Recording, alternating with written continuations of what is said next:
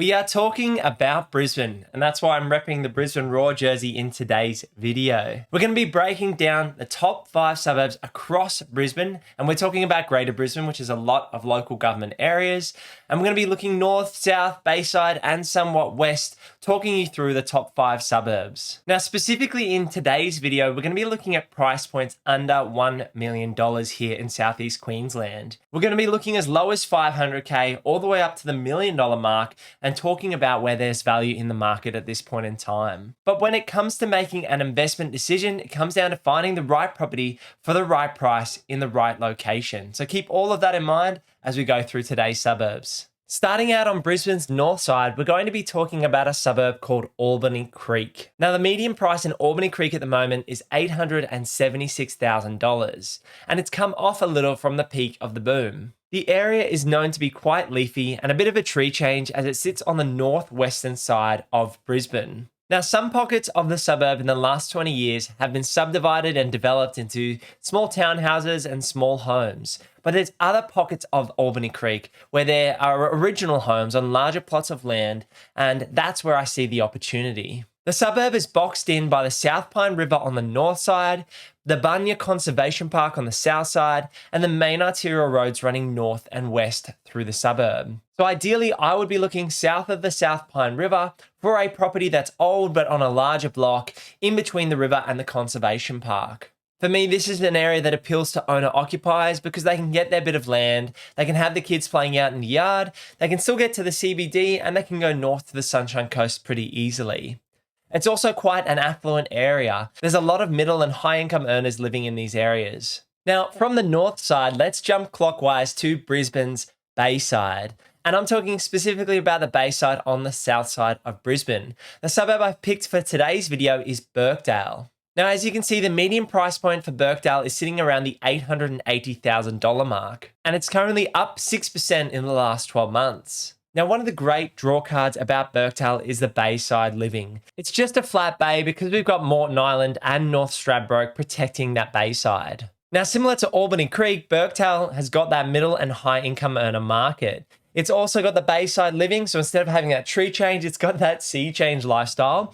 It also has access to the train line, which goes in towards the CBD. And you've got a price point here in Brisbane where I see value at this point in time. When you're buying at the $700,000 to $900,000 price point, that's where I see a lot of potential growth because you're getting into the market where middle income earners are going to earn more money and push up prices in these in-demand areas. Now, as I always say, you need to look at the fundamentals when you're buying a property in these areas.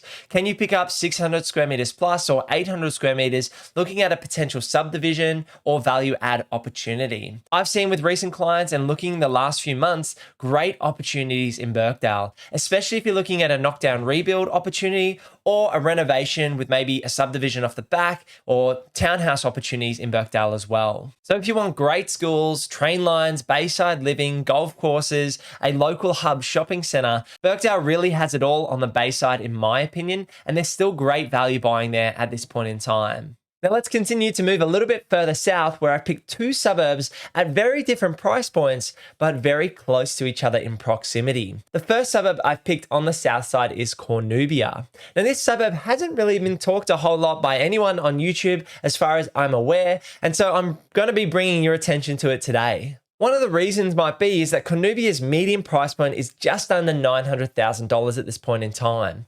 But there's a lot of acreage land out there. You can get 1,000 square meter plus blocks in this area for around the $900K price point. Now, one of the great things about Logan City Council is you can also build auxiliary dwellings, and you can do this with a battle axe style block. All this means is you're creating a battle axe where you put a driveway down the side and have a separate block at the back and keep the front house separate.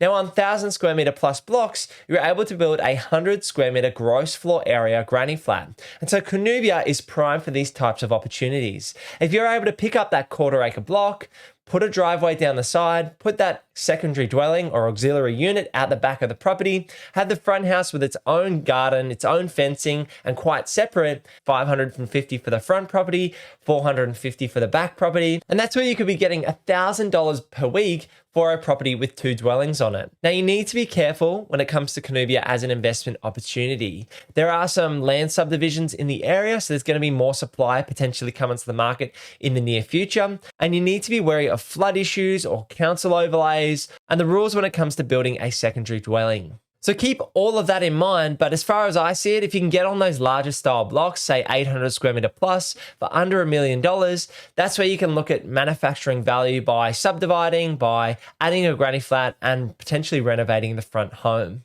Now, as promised, I did say I was going to mention a suburb around the 500k mark, and this is only about 1 kilometre away from Cornubia, and that suburb is Eagleby. Now, in Eagleby, the current median price point is around the $500,000 mark. Prices have remained steady the last 12 months as the market has settled and as interest rates have risen. Now, one of the really interesting things about Eagleby is its proximity to Cornubia, Shayla Park, Daisy Hill, which are far more expensive suburbs. Now, the big dividing factor here is the Logan River.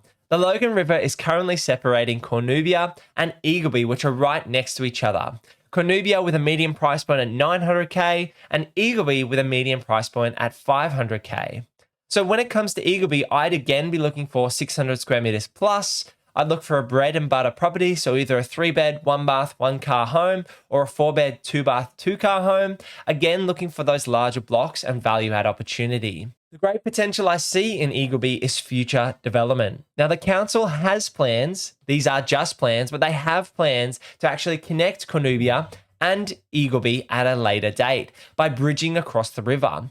There's also plans which have been changing around the Coomera connector. So if that does go ahead and does connect up near Loganholme in the next 5 years or 10 years, then that could change Eagleby for the better. Now, Eagleby has been known as a lower socioeconomic suburb. So you need to be wary when buying in this area and looking at this price point that you're getting good quality tenants, you're holding quite strong land value because that's what's going to appreciate over time, and you're weighing up the pros and cons of a potential deal in this area. So I like the options in Eagleby depending on what you're looking at and depending on the price point. If you can buy below the median, say at around 440, 450k, and you're getting good strong land value and you've got decent tenants, then that's where it might be a good buy and hold opportunity. So to close out this video on top suburbs in Greater Brisbane at this point in time, let's head southwest over to Hillcrest. Now, Hillcrest has a median price point sitting at $630,000 at this point in time. Similar to Eagleby, it has been known as a lower socioeconomic suburb,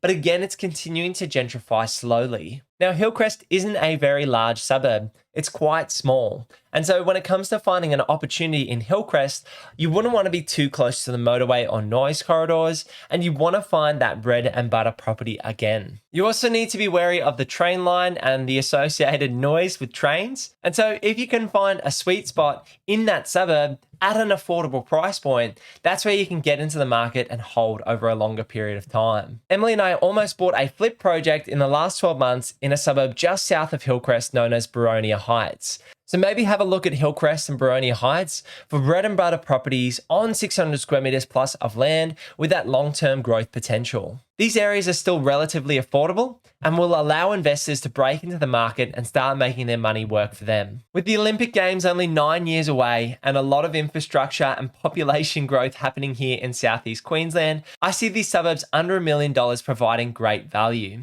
Now, if you're looking for a Brisbane-based buyer's agent to help you secure a property here in the market, go over to purposeproperty.com.au to book in a free strategy session with myself.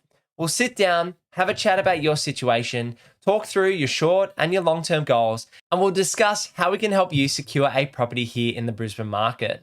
Now, if you want to see the video breaking down Emily and I trying to secure that property in Boronia Heights, click this video over here. Thanks for sticking around. I'll see you in the next one. Peace.